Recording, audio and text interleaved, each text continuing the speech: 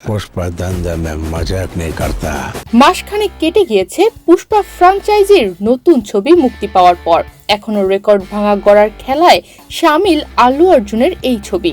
এবার বাহুবলী 2 সিনেমার রেকর্ড ভাঙল পুষ্পা 2, কিন্তু এই পুষ্পা 2-এ পুষ্পার চরিত্রে যে ভয়েসটা আপনারা শুনতে পান তার ডাবিং কে করেছে তা অনেকেরই অজানা। পুষ্পা 2 এর সব আর্টিস্টেরই হিন্দি ভার্সনে ডাবিং করেছেন অন্য ডাবিং আর্টিস্ট। এই মুভিতে পুষ্পার স্ত্রী শ্রীবল্লীর চরিত্রে অভিনয় করেছেন রশ্মিকা মন্দানা। হিন্দিতে শ্রীবল্লীর হিন্দি ডাবিং এ কণ্ঠ দিয়েছেন স্মিতা মালহোত্রা।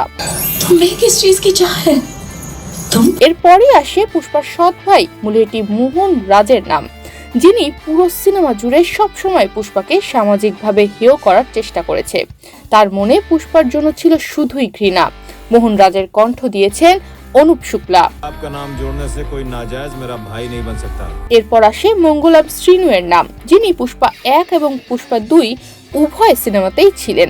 দুই জায়গায় তার ভয়েসের ডাবিং করেছে উদয় সাবনিজ। অপরদিকে প্রতিশোধ পরায়ণ দাক্ষায়ণীর ভয়েস দিয়েছে সাবিনা মালিক। আর যে সিএম কে ঘিরে এত পলিটিক্স তার ভয়েস দিয়েছে সময় রাজধাক্কার। এদিকে পুষ্পার মা পার্বতীর ডাবিং ভয়েস দিয়েছে পরিণীতি চ্যাটার্জি। এবার পালা আসে পুষ্পার সব থেকে কাছের বন্ধু কেশবের চরিত্রের।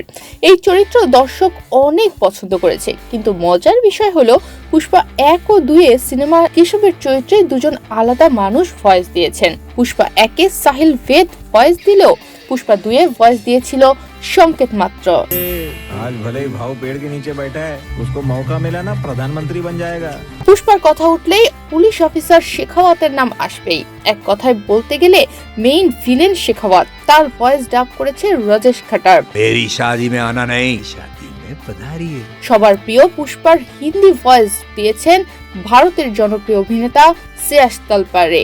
এই অভিনেতাই পুষ্পা 1 এবং 2 এ আল্লু অর্জুনের ভয়েস দিয়ে আলাদা একটা ম্যাজিক দর্শকদের মনে ছড়িয়ে দিয়েছে। पुष्पा नाम सुन के फ्लावर समझे क्या, फायर है मैं। তনিমা রহমান, বাংলাদেশ প্রতিদিন।